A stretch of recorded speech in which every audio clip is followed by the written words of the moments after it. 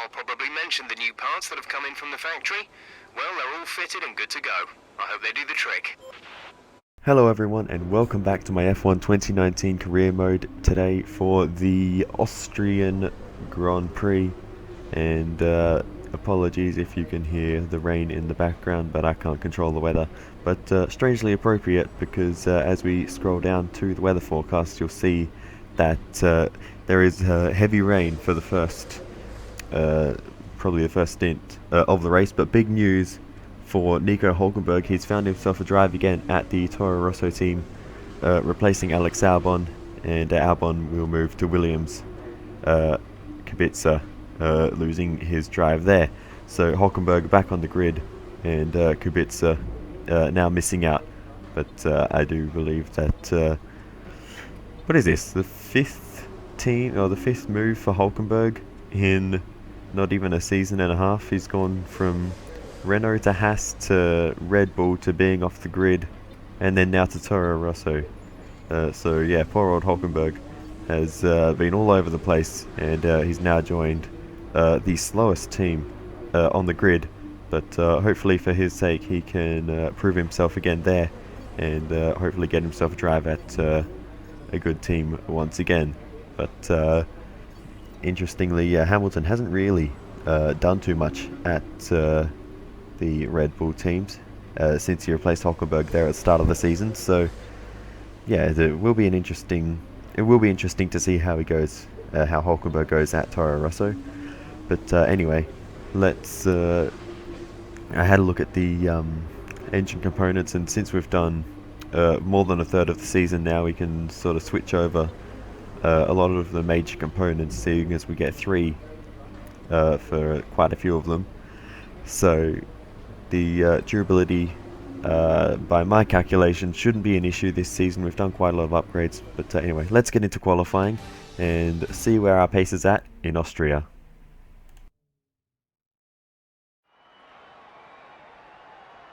Thank you for joining us once again for today's qualifying session. Sit back, relax, and enjoy what we hope will be a fantastic contest for pole position.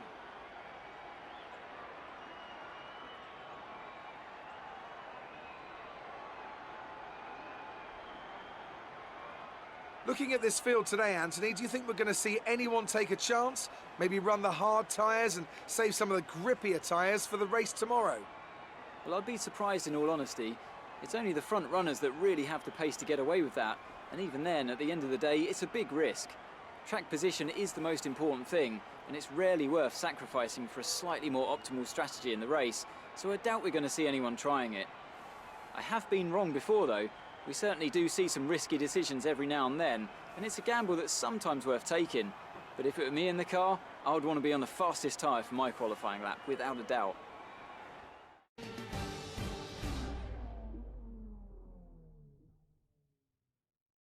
So we move on to the end of Q1. We finish up the session in P3. Sergio Perez and Sebastian Vettel with the fastest times in this one, so the Ferrari's looking good. But we have George Russell in the Williams knocked out, as well as Daniel Ricciardo, Nico Hülkenberg, Antonio Giovinazzi and Danny Kvyat. So Hülkenberg already beating Danny Kvyat, who's been in that car for the entire season, but I have a suspicion that Kvyat doesn't have as fast of an AI as maybe he should.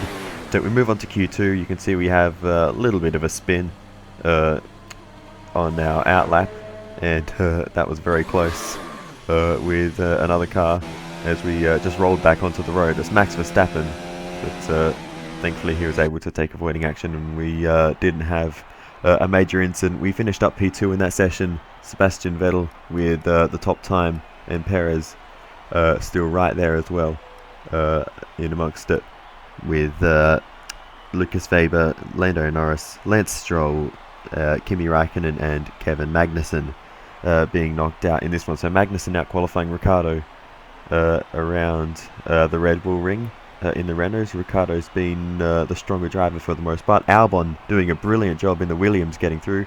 I only just noticed that, but yeah, a brilliant job by Albon beating Lewis Hamilton in the Red Bull. So that goes to my point earlier saying Hamilton really has been struggling in that Red Bull, but Q3 is the one that matters. He may be able to pull something out in this session. So we go on into Q3, and this is the lap that counts, as I just said.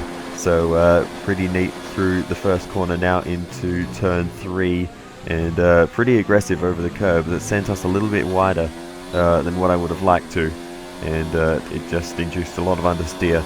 But now heading along the back straight and into the second sector. Carried a bit too much speed into that corner, but I don't think it cost us as much as I originally thought it did.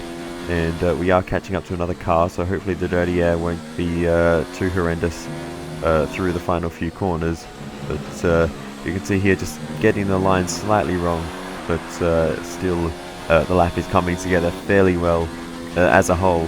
And now through the final 2 corners we just have to bring it home, and pretty aggressive over the curbs there, but keeping it on the track nonetheless. And as we cross the line we go fastest. Fantastic. That was the fastest lap. But we go around again to try to set another lap on a fresh set of tyres, but you can see 2 red sectors in the first and second sector, and we get a little bit desperate through the last sector, get a warning, but we don't even gain the time, and we won't improve.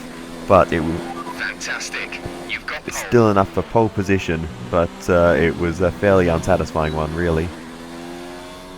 With qualifying finished, it's time to remind ourselves of our top 3. The scientist, Leclerc and Sebastian Vettel. With qualifying complete, all that remains is the main event.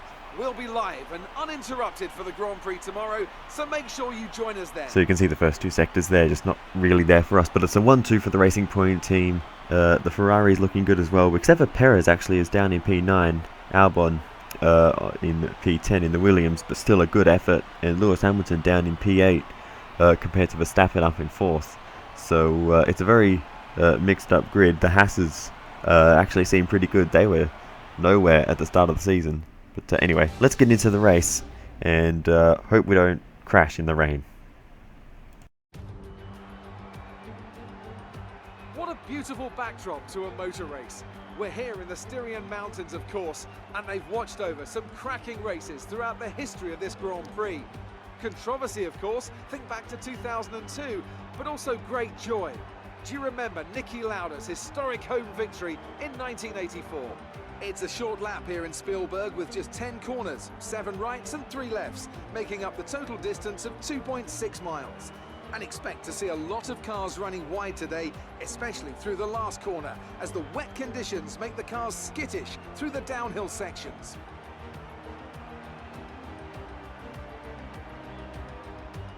It's time to take a look at our starting grid for today's race. The scientist lines up on pole position with Charles Leclerc alongside. As we continue through the rest of the grid today, we have Vettel, Verstappen, Valtteri Bottas and Butler, Gasly, Hamilton, Perez and Alexander Albon, Weber, Norris, Lance Stroll and Raikkonen, Magnussen, Russell, Daniel Ricciardo and Nico Hülkenberg. Giovinazzi and Daniel Kvyat completes the grid, and with preparations almost complete, let's head down to the track.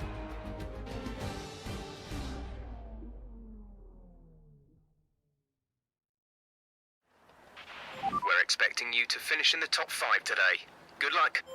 Alright, I'll try to do that. I think that's very much achievable, but heavy rain for the first 10 minutes or so, light rain for another little while, and the last majority of the race actually should be dry, judging by the weather indicator. But anyway, we all line up on the grid for the start of the Austrian Grand Prix. I have a good feeling about this one. It's one of my favourite tracks in the game, so let's hope for a good race here at the Red Bull Ring. So here we go to 5 red lights. And it's lights out and away we go for the Austrian Grand Prix, and it's a slightly shaky start for us, trying to keep the car in a straight line as we head into the first corner. Leclerc is on the inside somewhere, there he is, but we're going to hold it around the outside and maintain the lead of the Austrian Grand Prix. The Ferrari of Sebastian Vettel trying to get involved as well, and the Red Bulls back there will be also looking for a good race at their home event. But we lead the way as we head through turn 3 for the first time. Very cautious on the traction on the exit there, but we managed to hold on to the lead, and that is the most important thing in these conditions. If we had even one car in front of us, we would have zero visibility. So track position, first car in the queue, is absolutely crucial, and now it's everyone else who has to deal with the water spray. We just have to keep up the pace, and we should be able to hold on to this position without too much difficulty. But keeping the car on the track just in itself is a pretty big challenge in these heavy rain conditions with the blue wall tyres.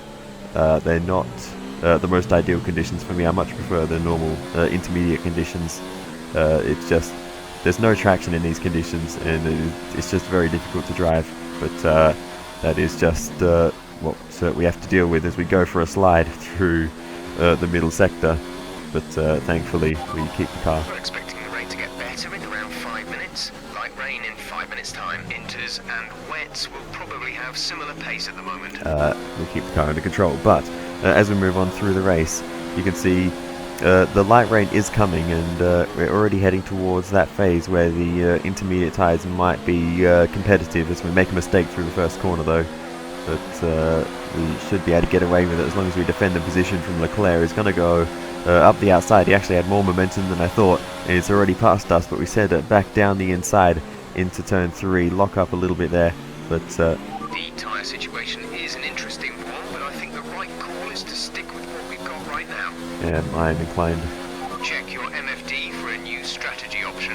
to agree, but Got that confirmed. as we continue on, it does eventually become time by the end of lap 5 to come in for the intermediate tyres. Jeff telling us just in time to come into the pit lane there, and it looks like a few others have missed the queue, and we could get a pretty good undercut if the intermediates are indeed the right tyre to be on at this point in time. So in the box we go, and get the inters on. Exit now. You'll be racing as you leave the pits. Release, release. 2.2 second stop, so that's not fantastic. We'll be doing one more stop today. One stop left in our strategy. Very cautious here on the pit exit, just do not want to crash there. I have had several incidents in the past at the pit exit in Austria, so did not want to throw away the race lead or the effective lead at the pit exit. But anyway, as we continue on, everyone else makes their pit stops, and we do come out ahead of Charles Leclerc. Still a few cars ahead of us. George Russell there needing to make a pit stop, but we're not too worried about him. Battery charge is high.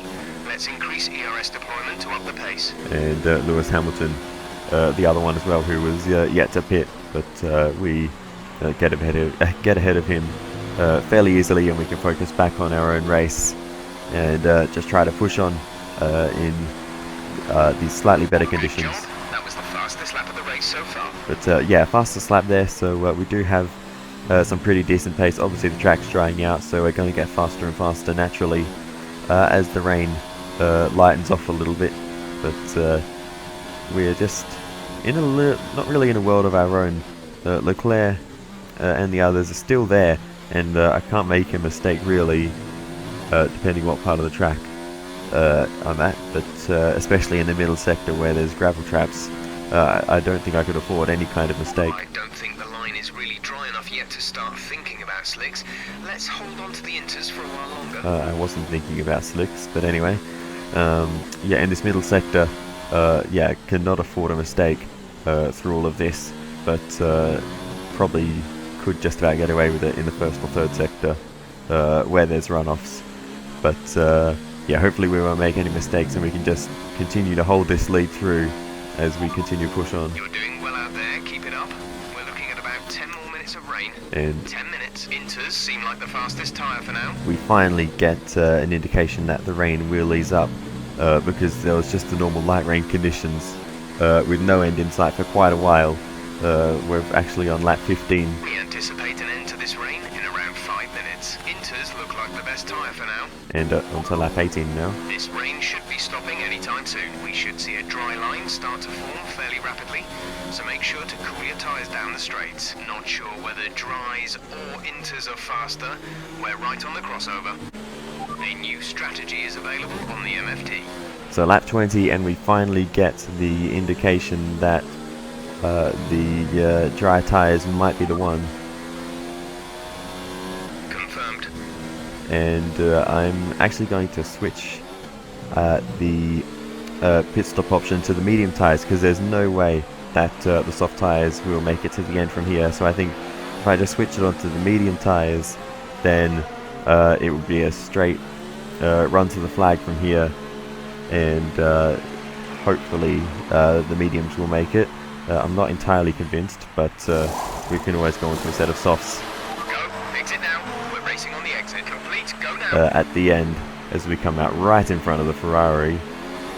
So a bit of a slow stop there by the Racing Point boys, but they've done pretty well on the whole so far. But I'm still waiting for a few more sub 2-second pit stops. They don't seem to come up with those all too often, but it does happen on occasion. But running way too deep into the turn 3. Increase ERS deployment. It's time to use some of this charge. And Vettel goes flying straight past on his soft tyres. Can we maybe make a comeback? No, he was too far ahead at that point. But we do crucially get out ahead of Charles Leclerc, but he's on soft tyres as well. So both Vettel and Leclerc will definitely have to make another stop in this race. So that is what I'm banking on. If I can just stay close enough to them that we can come out in front after their second stops, then we should be in a good position. Ahead of you. They're on fresh softs. Their tyres are 1 lap old. We think they've got one more stop. The time last lap was a 1:30.7. And confirmation there that Vettel definitely has another stop to make. I'm still waiting for Sergio Perez to show up in this race. He did qualify quite a long way down, so in all the rain he would have had a lot of trouble getting through the traffic, but now that's dried up, hopefully for his sake he can fight his way through the field. But new strategy option. As we lose the rear end there, Leclerc gets Copy that. ahead of us. Look after these tyres now. We want to finish the race on this compound. And Jeff changing the strategy there to not stop for the rest of the race. So he's confident that these tyres can make it, so we will do that. We're a +1 lap of extra fuel. Fuel target +1. So yeah, that is good news for us. But we have a mechanical failure for Pierre Gasly in the Haas car. So yeah, unfortunate for him, he won't finish the Austrian Charles is in for his stop.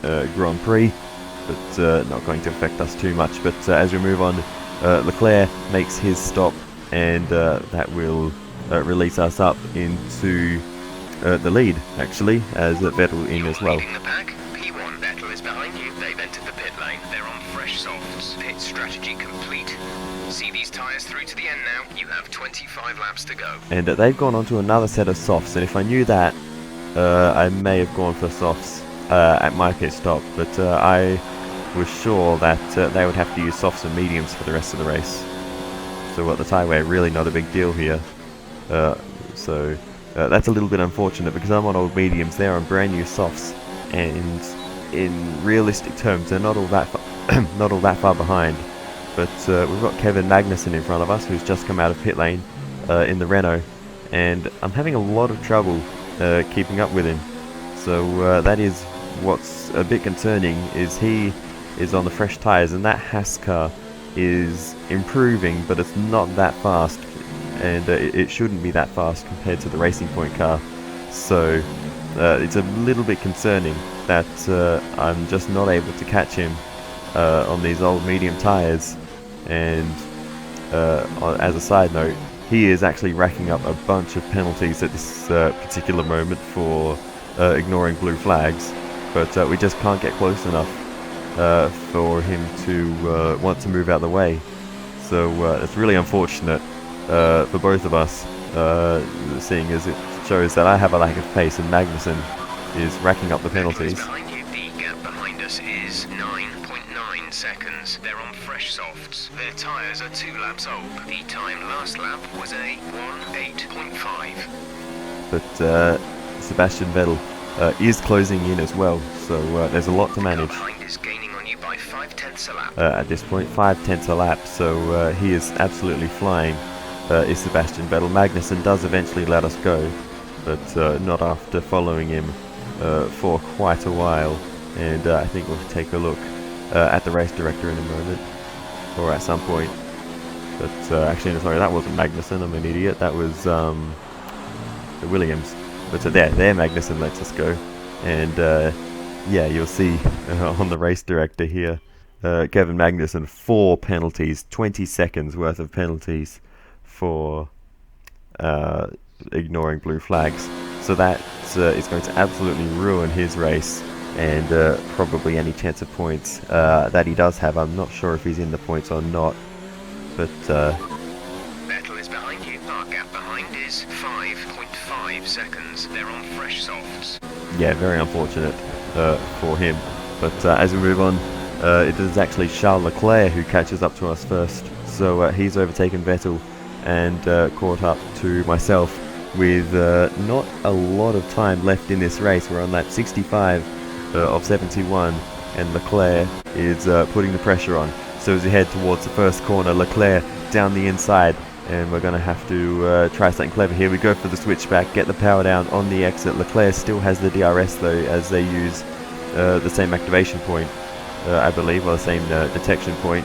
But Vettel is hanging around as well, so we have to watch out for both of them.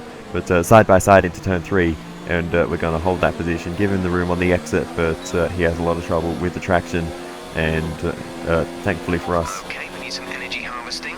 Reduce ERS deployment. he blocks off Sebastian Vettel.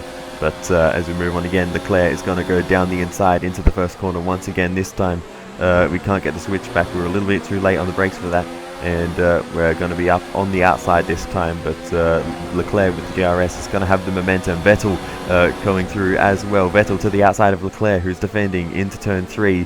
They're side by side. We're going to try to straighten up the line and get a good exit. We're going to find the smallest window to the left hand side of the road. We're 3 wide as we head along the back straight towards turn 4, and this is going to be very, very hairy if none of us back out. So at this point I just decided to try and switch it back to the inside, but they managed to carry quite a lot of momentum through there, and couldn't quite get a switch back. And Charles Leclerc finds his way back into the lead of this race with Sebastian Vettel in hot pursuit. But we move on. We're right behind Sebastian Vettel as we head through the first corner. And Quick word on the tyres. They look okay for now, but we can see the wear. If you can't feel it already, then you'll certainly start too soon. Just be careful. as we head up the hill, we're putting the pressure on, and we're going to be right behind him as we head through turn 3. Can we maybe set up a move into turn 4? He got a little bit of a bad exit out of turn 3, so as we head along the back straight, we're going to be in the slipstream, and we're going to absolutely send it down the inside into turn 4. A little bit rude, a little bit of contact, There's 3 laps of fuel remaining. but we're running out of time in this race, and we can't let Charles This Leclerc is your final lap of the race. get away. But unfortunately for us, that is exactly what happens. Leclerc has stretched away, and as we head onto the last lap, you can see the desperation pushing to the absolute limits. But Vettel hasn't been able to keep up after we got past him. I don't think he actually got damage from the contact, or not that I saw, but you can see just pushing way too hard through this final lap. And yeah, we're not going to catch up to Leclerc in any case. But I thought I'd throw everything at it just in case we managed to pull off some kind of miracle. But it hasn't worked out for us, and now we have to watch out. And that's actually not even Vettel behind us, it's Kevin Magnussen, I just noticed there. So Magnussen has overtaken Vettel at some point. But anyway, we won't worry about him. He's not going to try and overtake us. I think that must be Vettel there, the next car. But anyway, through the penultimate corner, Charles Leclerc is going to win the Austrian Grand Prix, and we're going to come towards the line and cross the line for P2, and a 1-2 for the team. Okay, good job, mate. Really well done. That was a fantastic drive. A little bit disappointing, but it was really the strategy that time. That was brilliant stuff from Racing Point today. What a superb victory. What do you think it was, Ant, that gave them the edge over the competition today? Well, they certainly stood out as a driver with tons of confidence on the track. I think their ability to keep their cool, even during some of the more hectic parts of the race, meant they were able to capitalise on the mistakes of other drivers, giving them the opportunity to make their way to the top spot with ease. Racing Point's performance today has shown that they can be competitive with the veterans of the sport. They're making their way out to the podium now as we speak, and the reaction from the crowd must be incredibly uplifting for them. So Charles Leclerc gets another race win. That is 3 in a row, I believe, from Canada, France, and now Austria. So Leclerc is on a bit of a roll, and as we head into Silverstone, we're gonna have to try to stop that. But today it's Leclerc on top. And after this round of the World Championship, here's how things look in the drivers' table. It wasn't the best weekend for our championship leader, and their advantage at the top has been reduced. Now, let's discuss, Ant. Who would you say is a contender for driver of the day? Daniel Ricciardo certainly impressed me today, an incredible performance. Let's move on to the constructors. Racing Point continue to run away with it out in front. And with that, we wrap up another weekend of motorsport. But with more races lined up, be sure to join us when we come back with more Formula One. Alright, thank you. Verstappen with a decent race up in 4th, not quite the podium for the team's home event. But Alex Albon, incredible drive to get that Williams up in the top 10. And Sergio Perez, not so incredible, finishing up in 8th position, not really gaining too much from his starting position, really only gaining 1 position actually. Lucas Weber, a decent race as well, gaining a few spots, but yeah, a little bit disappointing. But it was really I think it was a strategy running the medium tyres for so long. They just didn't last quite until the end of the race. So yeah, Leclerc got us in the end. He had too much pace for us. But anyway, let's get into the interviews if we have any, and then finish up the episode. Great work out there today. Let's have your thoughts. Everything went your way today. It looked like you had a really good strategy for the race. Not quite. We really just didn't have the pace towards the end of the race on the medium tyres. The soft tyres were clearly the faster compound by the end, and it hurt us. It's safe to say you're smashing everyone's expectations, isn't it? Yeah, it's another 1-2 for the team's always brilliant, and it's a good race for the Constructors' Championship. But Leclerc's been on a bit of a roll now, so we're going to have to watch out for him in future. Some excellent overtaking moves from your former teammate today. Did he learn some of them from you? Yeah, maybe. We'd worked together a lot in Formula 2, and I think we really learned a lot from each other. How did your team respond to the poor conditions today? Yeah, I think we worked pretty well through all the rain conditions. Jeff, with a brilliant timing actually, to jump onto the intermediate tyres. So it was a good strategy in that way. Great. Well, that's everything. Thanks, Claire. Alright, so that will bring this episode to a close. Leclerc is actually leading our rivalry, so he's been really solid in these last few races, so we're going to have to do something about that next time out at the British Grand Prix. But Sebastian Vettel, we are beating him mostly for the most part, but the Ferrari just doesn't quite have the same pace as the Racing Point car. I'm actually considering upgrading less in future, but we'll see. I might completely change my mind next episode, we'll see.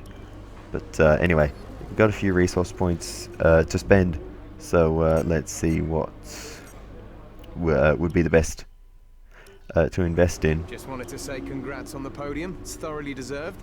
We were sweating those last few laps on the pit wall, but you brought it home. Thanks. Looks like one of your rivals is also going to an upcoming historical event. If you choose to take him on, it might help get your name out there a bit. Thank you for that. But interviews there with Lucas and Devon, but not too worried about them. bit of a shame that they haven't really had the chance to be in competitive machinery yet, especially Devon. Weber has that race win in Spain in the McLaren, but the McLaren's fallen away a little bit recently, and Butler, he's never really had super competitive machinery. He's been at Haas the entire time, and they've always been there, but you know, with potential points, but not really close enough to challenge for podiums and wins. So, well, anyway. But yeah, we'll have a look at the upgrades now. Looking on the chassis side, there is still plenty of work to do, but they're all major and ultimate upgrades. So that'll take quite a while to come in. But we've already actually done one ultimate upgrade. But we'll do another to make sure we stay ahead of the game on the chassis side, and we'll get that on the car for when will that be? Austria. So 3 races time, that should be Hungary.